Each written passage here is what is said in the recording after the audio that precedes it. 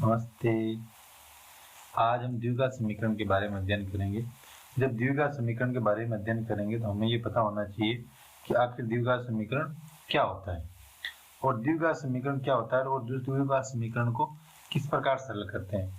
जैसे मैं यहाँ लिख देता हूँ x² plus bx plus c equal to 0। ये द्विघात समीकरण तब होगा जब इसका a का मान 0 नहीं आए। अगर a का मान जब 0 आएगा तो ऑटोमेटिक हट जाएगा और हट जाएगा फिर किस प्रकार का द्विघात समीकरण। जैसे मैं ये लिख देता हूँ 2x² प्लस 10x प्लस 7। तो बताओ ये द्विघात समीकरण है कि नहीं है? ये द्विघात समीकरण है। अगर मैं लिख देता हूँ आपको 10x प्लस -6, क्या द्विघात समीकरण है? ये द्विघात समीकरण नहीं है। क्यों नहीं है? कि इसमें दो घात का कोई भी पद नहीं है। आपको सीधे और व्यवहारिक तरीके से इस लाइन को ध्यान से आप देख सकते हो कि बहुत अच्छी लाइन इसने लिखी है कि द्विघात समीकरण की क्या पहचान है और कैसे हम द्विघात समीकरण की पहचान कर सकते हैं। तो ये कह रहा है कि इसमें a का मान 0 कभी भी नहीं होना चाहिए। तो द्विघात समीकरण की सामान्य पहचान ये आ गई। अब हमारी परीक्षा में कई बार इसमें सवाल आते हैं जो सामान्य रूप से आप देखो प्रश्नावली 4.1 ये कह रहा है कि जांच कीजिए जो दिया गया समीकरण वो द्विघात समीकरण है या नहीं। जांच करने का मतलब है आप सीधा देखकर नहीं बता सकते कि द्विघात समीकरण नहीं है। हो सकता है कई बार एक दूसरे से कट जाए। जैसे मान लो कि सवाल ये आ जाता है x - 6 और x - 7, ये आ गया, ये 6 दिया गया। तो आपको क्या करना है, इनको 1 बाई 1 मल्टीप्लाई करना। जैसे x को x - 6 से मल्टीप्लाई कर दिया, फिर 6 को x - 6 से मल्टीप्लाई कर दिया। इन दोनों को मल्टीप्लाई किया, x² - 6x - 6x प्लस 36। तो सोल्व करते हुए आप देखो, बोलो ये आया कि नहीं आया? इसमें दो घात का पद एक नहीं है। लेकिन कई बार मान लो कि हमारे पास सवाल आ गया x² plus 4x plus 3x² equal to x³ - 4x। बोलो द्विघात समीकरण है या नहीं? तो हम क्या कर लेते हैं, x की घात 3 को देख कर कह देते हैं कि भैया ये द्विघात समीकरण नहीं होगा। लेकिन आप देखो जब बराबर के उधर कोई भी नंबर होता है और वो बराबर के इधर आता है या फिर बराबर के इधर से उधर जाता है तो उसका साइन चेंज हो जाता है।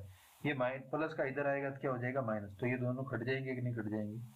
पीछे ये द्विघात समीकरण बच जाएगा।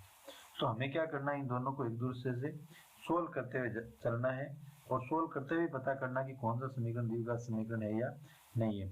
आप देख सकते हो, जैसे मैं एक दो सवाल में बता सकता हूँ आपको, ज्यादा का तो आप भी समझते हो, सोल्व करने से पता चलेगा। जैसे ये सवाल है, ये तो सीधा सीधा दिख रहा है, तो मैं लिख देता हूँ जैसे x² - 2x equal to -3 2 - x। आपको बताना है कि ये द्विघात समीकरण है या नहीं। तो इसको सोल्व करने की जरूरत नहीं है, इसको आप सोल्व करो। माइनस का 6 और ये माइनस और माइनस मल्टीप्लाई होने पर आ गया प्लस का 3x। ये माइनस का 3x इधर आ जाएगा, x² - 2x - 3x प्लस 6। कोई भी नंबर अगर बराबर के इधर आएगा तो प्लस का क्या हो जाता है, प्लस का वो हो जाता है माइनस। तो ये दोनों सोल्व होंगे तो ये हो गया x² - 5x प्लस 6। बताओ ये द्विघात समीकरण है या नहीं है? ये बिल्कुल 100% द्विघात समीकरण है। तो परीक्षा में सवाल हमारे इसमें ज्यादातर सवाल ये आते हैं, जो मैं आपको एक बार फिर बता देता हूँ कि इस प्रश्नावली में से कौन कौन से सवाल मोस्ट बनते हैं, हमारी परीक्षा में किस प्रकार के सवाल आ सकते हैं। एक तो ये जांच करवा सकता है कि दिया हुआ समीकरण द्विघात समीकरण है या नहीं। उसके बाद में सवाल ये बनता है कि हमें मूल ज्ञात करने के लिए बोलेगा। अब मूल ज्ञात करने के क्या है कि मेथड दो है। एक तो मेथड है सामान्य मेथड और दूसरा जो मेथड है वो है श्रीधराचार्य सूत्र। अब श्रीधराचार्य सूत्र में भी एक विवेचक होता है और उस विवेचक की भी अलग अलग कंडीशन रहती है। इसके अलावा इसका जो अगला सवाल है वो है कोई भी सवाल को पूर्ण वर्ग मेथड से सरल करना या पूर्ण वर्ग विधि से उसको पहले पूर्ण वर्ग बनाना फिर उसको सरल करना। और उसके बाद में एक सवाल होता है कि हमें क्वेश्चन दे देता है और क्वेश्चन से वो बोलता है कि इक्वेशन का निर्माण करो। इस जो पीछे वाला टॉपिक है इसको मैं पेंडिंग रख रहा हूँ। मैं इसको पेंडिंग इसलिए रखता हूँ कि इसके लिए थोड़ा समय चाहिए, समझने के लिए चेष्टा भी चाहिए और तो आपको 1 बाई 1 बताना पड़ेगा। अभी मैं एक बार फास्ट में बताऊंगा तो इतना ही आपके समझ में नहीं आएगा। तो हाफ ईयरली एग्जाम की तरफ से बन पढ़ रहे हैं और ज्यादा से ज्यादा इंपॉर्टेंट पढ़ने का प्रयास कर रहे हैं। अब देखो मैंने अभी आपको बताया कि मूल ज्ञात करना, और मूल ज्ञात करने के दृष्टिकोण से सबसे पहला सवाल ये है कि मूल कैसे ज्ञात करते हैं। मूल ज्ञात करने की एक विधि रहती है कि जो बीच का होता है, जैसे इसमें आ गया -1, ऐसे टुकड़े करने कि चाहे आप इसको जोड़ो चाहे घटाओ, कितना आना चाहिए, -5 आना चाहिए। लेकिन इसको मल्टीप्लाई करने पर क्या आना चाहिए, इसके लिए आपको पहले और तीसरे अक्षर को और मल्टीप्लाई करने पर क्या आना चाहिए, 6 आना चाहिए। तो ये कह रहा है, देखो बहुत अच्छी बात, आप 2 में 2 जोड़ोगे, -2 में 3, तो बोलो -5 आएगा कि नहीं आएगा। और जब भी समान साइन मल्टीप्लाई होगा क्या आएगा, प्लस। तो बोलो आंसर हुआ कि नहीं हुआ। तो ये बोल रहा है 2x² माइनस का 2x माइनस का 3x और प्लस का 3, ये इसके टुकड़े होंगे और ये ऐसे सरल होगा। अब इन दोनों में से क्या कॉमन आ रहा है, 2x कॉमन आ रहा, ले लो, x - 1, इनमें कॉमन क्या आ रहा, माइनस का 3, जब माइनस का 3 आ गया पीछे x - 1। बोलो ये गुणनखंड हुए कि नहीं हुए। ये गुणनखंड होते हैं सामान्य मेथड के माध्यम से। लेकिन अगर यही गुणनखंड हमें बोले श्रीधराचार्य के माध्यम से सरल करो, तो हमें सबसे पहले श्रीधराचार्य सूत्र आना चाहिए। आएगा तब हम सोल्व करेंगे, जब हमें श्रीधराचार्य सूत्र आएगा नहीं तो हम कैसे सोल्व करेंगे। तो देखो श्रीधराचार्य सूत्र को मैं लिख रहा हूँ। श्रीधराचार्य सूत्र होता -b plus minus √p² - 4ac upon 2a। अब इसमें आप देखोगे तो बड़े ध्यान से देखने वाली बात है कि इसमें प्लस और माइनस है। प्लस माइनस का मतलब क्या हुआ, प्लस माइनस का मतलब होता है श्रीधराचार्य जो फॉर्मूला होता है वो द्विघात समीकरण में लगता है, और जब द्विघात समीकरण में लगता है और तो जितनी घात होती है उतने उस समीकरण के मूल होते हैं। अगर किसी समीकरण में 2 घात आएगी तो उसमें 2 ही मूल आएंगे, और अगर किसी समीकरण में 3 घात आती है तो उसमें कितने मूल आते हैं, 3 मूल आते हैं। और ये द्विघात समीकरण है इसलिए इसमें कितने मूल होंगे, 2 मूल होंगे, इसलिए यहाँ पर प्लस माइनस आता है। अब इसको आप ध्यान से देखोगे तो इसके अंदर एक चीज और आती है और वो आता है b² - 4ac। इस b² - 4ac को हम कहते हैं विवेचक। क्या कहते हैं, विवेचक। इसकी भी अलग अलग कंडीशन होती है। हो सकता है इसका मान ग्रेटर देन 0 से है, हो सकता है इसका मान 0 से छोटा है, और हो सकता है इसका मान क्या है, 0 के बराबर है। ये तीनों कंडीशन भी बहुत इंपॉर्टेंट होती है और इनसे जुड़ा हुआ भी सवाल हमारी परीक्षा में कई बार आता है। तो हमें इस चीज का भी बड़ा ध्यान रखना है कि इस विवेचक से जुड़े हुए सवाल को हमें किस प्रकार सोल्व करना है। अब देखो आगे सवाल ये आ गया, जब तक हमारा सवाल कोई भी सामान्य मेथड से सरल होता है तो हमें उसको सामान्य मेथड से सरल करने का प्रयास करना चाहिए। और सामान्य मेथड से सरल करने का मतलब है जो भी x का गुणांक होता है, x के गुणांक के आपको क्या करने, गुणनखंड करने, या इसको व्यवहारिक वैसे समझे तो बोले कोई भी x का गुणांक उसके टुकड़े करने हैं, टुकड़े कर कर इसको सरल करना है। मान लो अगर इसके टुकड़े या विभाजन नहीं होता है तो फिर हमें इसको कौन से सूत्र का प्रयोग करके सरल करना है, वो करना है इसको श्रीधराचार्य सूत्र से। जैसे 4.2, अब 4.2 का पहला सवाल ये आ गया, ये आ गए, ये आ गया और ये आ गया।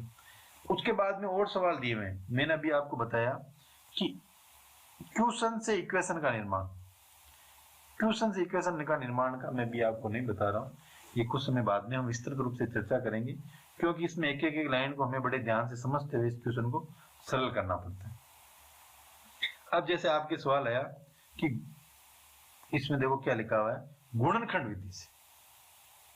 जब गुणनखंड विधि से लिखा है तो इसकी गुणनखंड करने हैं, और अगर ऐसे बोले श्रीधराचार्य मेथड से करो तो श्रीधराचार्य से मेथड से कर लेंगे। इसके सवाल को आप पढ़ो, क्या सवाल है, x² - 3x - 10। ये एक सवाल मैं करा देता हूं।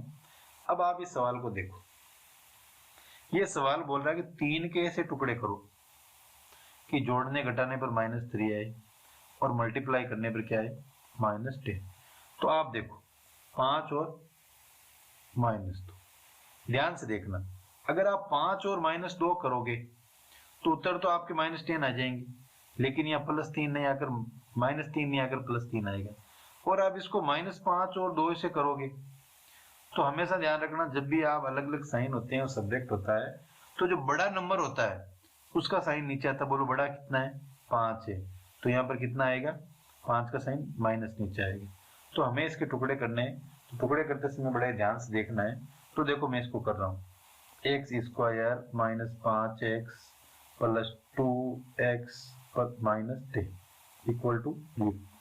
यहाँ पर मैंने x कॉमन ले लिया तो मेरे उत्तर आ गया x माइनस 5। यहाँ पर प्लस 2 मैंने कॉमन ले लिया तो मेरे पास आ गया x माइनस 2।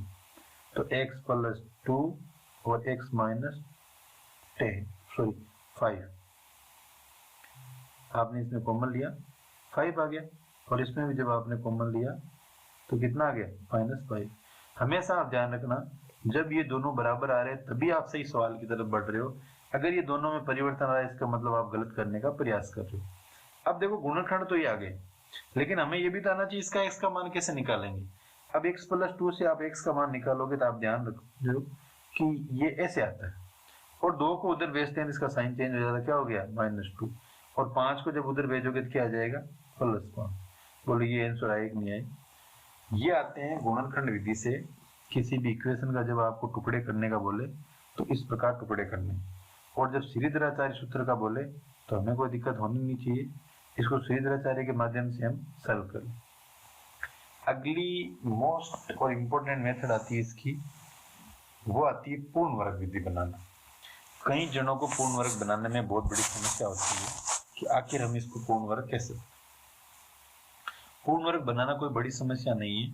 पूर्ण वर्ग बनाने के लिए आपको कुछ छोटी छोटी चीजों का ध्यान रखना चाहिए। पहली चीजें जो मैं मानता हूं वो ये है कि अगर हमें किसी भी नंबर्स को पूर्ण वर्ग बनाना है तो आप ये देखोगे कि कभी भी हमें समीकरण मिलता है, मान लो 2x² मिल गया या 3 + 3x + 10 कुछ भी मिलो। अगर आपको 2x² मिलता है, 2x² की जगह मान लो 3x² मिल गया, और 3x² की जगह मान लो कि 6x² मिल गया। आपकी प्राथमिक ड्यूटी ये रहेगी कि जो x² का जो भी गुणांक है उसको गायब कर दो। गायब करने का तरीका है कि इसको डिवाइड में आप लेके आ जाओ। जब डिवाइड में लेके आ जाओगे तो आपके सवाल को सरल करने में कोई दिक्कत नहीं है। पहला मेथड तो ये रहेगा। दूसरा मेथड ये रहेगा कि जो भी x का गुणांक है आप उसको चेक करो कि वो क्या है, उसका आधा करना है। जैसे मान लो x का गुणांक 3 है, इसका आधा क्या हो जाएगा 3/2। अगर x का गुणांक 3/2 है तो इसका आधा क्या हो जाएगा 3/4। अगर x का गुणांक 3/4 है तो इसका आधा क्या हो जाएगा 3/8। आपने एक चीज नोट की होगी कि सिर्फ और सिर्फ हमें हर को 2 से मल्टीप्लाई करना है। जैसे मान लो अगर 4 है, 4 का आधा कितना हो गया 4/2। 8 है तो 8 का आधा कितना हो गया 8/2। 10 है तो 10 का आधा कितना हो गया 10/2। हमें इस प्रकार ही सिर्फ सरल करना है। किसी भी नंबर को अगर हाफ करने का प्रयास बोले तो आपको कुछ भी नहीं करना है, सिर्फ और सिर्फ 2 से क्या करना है डिवाइड करना है, और डिवाइड करके इस सवाल को आगे सरल करने का प्रयास करना। जैसे ये सवाल देखो, इसको हमें सरल करना है, और सवाल है 3x² - 5x + 2। देखो ध्यान से देखो, 3x² - 5x + 2 इक्वल टू 0। इसको बनाना हमें क्या पूर्ण वर्ग। जब इसको पूर्ण वर्ग बनाना है तो आपको पहली चीज ये ध्यान देनी है कि इसका x का गुणांक क्या है 3। इसको यहां से गायब करना है। मैं गायब करने का ज्यादा मेथड तो आपको विस्तृत रूप से तो क्या बताऊं, लेकिन इतना आप समझो कि मुझे गायब करने का मतलब है कि उस नंबर को डिवाइड में लेके जाओ।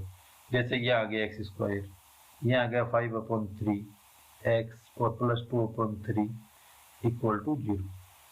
यह स्थिति आई कि नहीं आई। उसके बाद में अगला स्टेप हमारा रहेगा कि आप देखो कि x का गुणांक कितना है, उसका आधा 5/3 है, और 5/3 का आधा कितना होता है आप सब जानते हो, कहने की जरूरत नहीं होनी चाहिए। और 5/3 का आधा होता है 5/6। इसको जोड़ दो और इसको क्या कर दो घटा दो। मैंने ये कार्य किया कि नहीं किया। अब ये मान के चलो कि आपका 50% सरल हो गया। अब आपको चेक करना है कि जिस गुणनखंड का आपने आधा किया उसके आगे 6 आ रहा है, लेकिन इसके 3 है। तो इसके लिए आपको छोटा सा एक प्रयास और करना है, और वो ये करना है कि इसको 6 बनाना है। 6 बनाने के लिए 2 से इधर गुणा करना है, 2 से इधर गुणा करना है। बस आपका प्रश्न सरल हो गया। आपको ज्यादा चिंता करने की जरूरत नहीं। अब आपको क्या करना है वो मैं बता रहा हूं। अब आपको सिर्फ और सिर्फ इतना करना है कि देखो आपने ये फॉर्मूला सुना होगा a - b का होल स्क्वायर का, और a - b के होल स्क्वायर सूत्र होता है a² + b² माइनस 2ab। तो आपको यही याद करना है, जैसे ये 2ab का आ गया और ये b का आ गया और ये a का आ गया, तो हमारे पास x माइनस 5/6 का होल स्क्वायर प्लस 2/3 माइनस का 5/6 का होल स्क्वायर, ये हमारा उत्तर आ गया। आगे आपको कभी भी दिक्कत नहीं आएगी, आप यहाँ तक पहुंचो और यहाँ तक पहुंच गए तो मान के चलो आपका सवाल सरल हो जाएगा। ऐसा कैसा सवाल, जब इसमें जैसे आप यहाँ तक पहुंचे, अब आपको कुछ भी नहीं करना, उसको बराबर लेकर जाना, ये लेके आइए। देखो आगे आप स्टेप देखोगे तो कोई और किसी प्रकार की समस्या आपको नहीं आएगी। मैंने आपको यहाँ तक सोल्व करे, ये देखो इस प्रकार हम पूर्ण वर्ग विधि से पूर्ण वर्ग बनाने का प्रयास करते हैं। एक बार देखना, दो बार देखना, इसी प्रकार सवाल आपको इसको करना है। कोई समस्या, आपको किसी प्रकार की समस्या का सामना नहीं करना पड़ेगा। अब बात मैंने आपको बताई, वो बताई थी श्रीधराचार्य सूत्र का, और श्रीधराचार्य का सूत्र होता है जो मैंने आपको लिखवाया था, इसको आपको याद करना है। सिर्फ इसको भी याद नहीं करना है, इसकी एक कंडीशन है, वो देखो वो मैं ढूंढ रहा हूँ, वो हमें याद करनी है। वो हमें याद हो गई ना तो मान के चलो हमारी इस किताब की जो मुख्य समस्या है उसका समाधान हो जाएगा।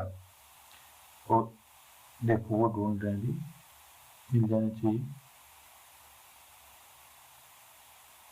कई बार क्या होता है, आगे पीछे लिख, आगे पीछे आ जाती है ये द्विघात समीकरण।